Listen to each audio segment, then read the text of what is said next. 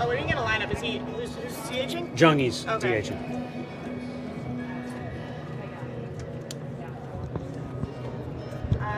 With Adames, what's the prognosis on his elbow? There's a sprain in there, so he'll get IL.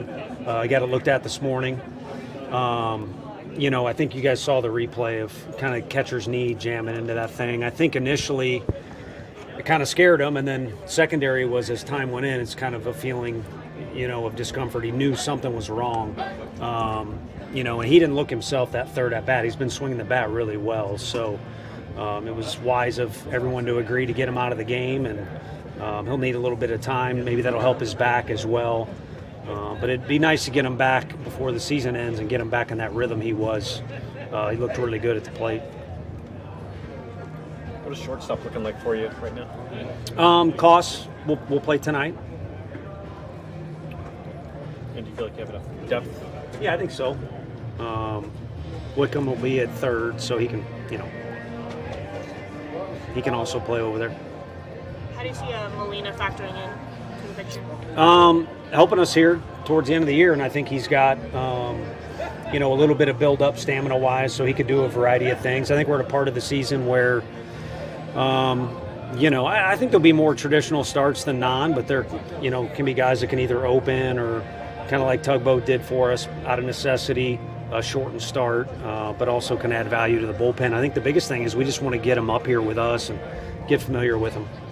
What kind of reports were you getting on Wickham, and how do you see him kind of fitting into the picture here? Yeah, I mean, good reports on the individual from I actually coached a kid that signed him once he became a recruiting coordinator, and starting with him and then Grundy and everyone else that's come across. And the main thing is everyone just really likes how he competes.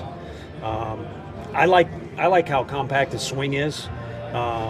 It's efficient. There's not a lot of crazy things going on there that he would need to fix. And the more efficient you can be with your swing up at this level when you're facing guys like Burns with their stuff, it can be a challenge. And then with him, like I said, playing third today, but he could play shortstop for us, and he could even, especially with us being heavy on the left-handed side as far as outfielders go at this point, he could even play left field for us. I'm sorry, you got that doubleheader to manage. Yeah. So sending out Wilkinson, I mean, you can't bring him back for that, right? So we potentially could, as far as adding a body. Okay. So we'll see. We do not have a definitive plan for that Saturday, and some of it'll be factored in with how does this guy get used or that guy used against the Reds or earlier. But it certainly will be a tough day to tackle because of how it comes on the end of a long stretch of games. Have you had any time to reflect on what you saw and liked from Wilkinson over those two starts he had on the road? Yeah, for sure. I think him handling the amount of pressure that's thrown at him. I mean, he's ended up in the Wall Street Journal. He's got his family all around him. I guess it's always going to be last minute when you're getting called up, but I just feel like there was a lot thrown at him. And then, I was asked to assess the road trip, which is, if I had something to throw at a wall, I would do it after, it's a tough game to lose and tough series overall. But what he and a couple of the other younger guys did with the ball in Fenway against the hottest team in the big leagues, against that lineup, I think is really encouraging, because what you want to see, and a common thing in scouting is like, let's say a guy throws 94 all the time, but he hits a 98. It's like, well, then he can throw 98. You want to see it once. But if he were just throwing 94, you would just say that's how hard the guy can throw. So to me, some of those guys need to take confidence. And if they can do that against that group in this setting, and it just doesn't have to be against Boston, it could be other times, then you can do it. And then we over here in the dugout as your teammates and coaches can see you can do it. So I love the competitiveness, and there's no question he's going to need to develop a little bit.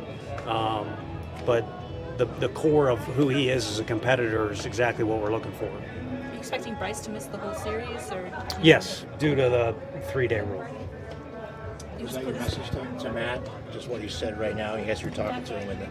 Yeah, we talked back there a little bit. Some of it was about family and other things, but as far as development goes, I know he's watching and he sees big stuff out of all these guys, and he's never going to be as big as Aroldis Chapman, and he's not going to throw as hard as him. So it probably needs to be more internal rather than getting caught up in the, I can only imagine every day you're seeing all these great players. You probably want to steal some stuff from them. But probably the best thing is to be true to who you are and just figure out what is the very best version of you. And I think there's not one, and Buster would agree, I don't think there's any one huge area he's got to make a big jump in. It's just refining some things and developing, to tie up any loose ends so next time he gets a go at it, he gets better and better. And I'm sorry, with Willie, there's a chance he can come back before the end of the season. You guys are optimistic that? Yeah, I am for sure, and I know he is as well. But nature of the 10-day, it'll be a little bit of time. Right. Now, how would you kind of, describe or encapsulate Willie's season? Your first year with him, how would you kind of? Yeah, I think same as all of us. It's been frustrating, because we didn't have as much success as we wanted to at the beginning.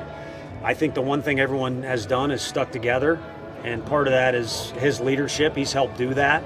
And then I think it's encouraging he truly started to find himself at the plate. I think he's done some things with Wash, too, that I think can help him long-term in his career on how his arm feels and how he's making some plays.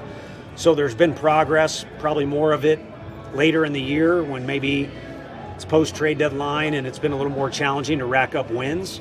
But I think it's been a beneficial year learning-wise and can be a building block. What do you see with your outfield the rest of the way? Jung Hoo probably mostly in right, but I think a balancing act of we're keeping the numbers. We're looking at the innings played and the at-bats, just trying to spread the butter as evenly on the bread as possible, with Jungie probably getting a little more than everybody else. What about center and left? I think those guys can all play. McRae, Drew, Turner Hill, those guys can all bounce back and forth between those two spots. So you mentioned that Jung is a DH. Is it because of the management thing? A little bit of the flight, yeah. What do you expect or want to accomplish these final weeks? I want to win. In terms of roster for next year. A lot of guys may be trying out for spots next year. Yeah, I think what they're trying to do is put themselves in a position where they can be big leaguers for longer than this period of time. So even if that's us helping guys improve. So, it's way easier to enjoy your experience when you're winning. But I do think even guys like Willie and Rafi are enjoying the experience right now of coming to the park every day. It's been a good environment, and we need to get guys better. And if we are getting them better, then some of these swing games or tighter games will go in our favor. So at the end of the day, I think just improvement is key. And what that looks like is some guys getting a little better in certain areas, especially handling late game situations. And then confidence in general. We've lacked confidence this year. No matter who you look to, there's been times where, as a group, we've lacked confidence, either just in certain situations, certain days. And I think that needs to improve, too, over the next 30 games or so. You said Rafi and Willie enjoy coming out. How do you measure that with the losing? Yeah, it's hard. After the game, they're pissed. I can guarantee you that. But a mound visit, they're more talkative than they've ever been. They like messing with some of these younger guys. They've been outspoken to the younger guys and given some good advice. So I think when you have a blend of experienced guys and younger guys, and it was probably like that when Rafi and Benintendi first came up in Boston, some of those older guys probably led and boosted up the younger guys, but the younger guys probably pulled some fun energy out of David Ortiz and Pedroia and that, and it was a good kind of go back and forth. And again, all that is easier and looks better when you're winning, but just because you're not winning doesn't mean some of that's going on or it's not at the foundation a little bit. We saw that Myers kind of walking around with a boot on. Are you still optimistic that he'll be able to come back? I know he is. He's determined to. A little bit of his, I try not to get too predicty or expert, type vibes for me about training room stuff, but I think it's realistic to think it could happen, and I know he's very determined to do so. Again, I feel like a little bit like with Molina and what could happen in the offseason with logistics. It's really important to start getting some of these relationships going and some work habits going that can carry over into the downtime. How much are you guys talking about Bo Davidson? A lot. It's been impressive what he's done. And even some of the players are talking about him. And curious to see what that would look like in the big leagues? Yeah, he's got the profile of a big leaguer. Some guys maybe need to overachieve a little bit physically when they get here, but their work habits and their mentality got them here. I think physically he fits in day one in a big league uniform. Take advantage of those reps and make sure the other stuff is there, that self-belief and everything else that comes with making adjustments and being able to compete against guys like we're about to see today. So what goes into the decision not to call him up on a day like today? I think a little bit of it is flexibility, with what his situation might be and what these guys are going to be asked to do today. I don't think it rules anything out in the future. I think it's a tough day in Boston where literally one inning, 3 bodies go down. So a little bit of it was an immediate fix as much as anything. Your flexibility in terms of where he plays in the outfield? No, I think what the future has. You have Devers back at first base today? Or? Yeah. He feels good about it. He put in a little extra work. I think he's kind of being pressed into action a little bit, but being the way he is, he wasn't going to let us put anybody else over there without Bryce around. Is there any further update on Marcelo and when he might be able to release? No, I mean, he did have a boot on. I mean, that's kind of more precautionary than anything. I think kind of like Willie's situation, it'll help. One soreness helps the other one heal up, so maybe you get a perfect storm and a guy feels completely good about where he's at.